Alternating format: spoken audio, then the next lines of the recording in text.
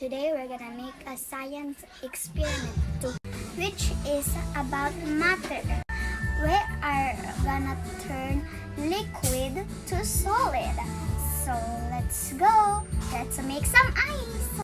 I have here an ice wrapper and water in the ice wrapper.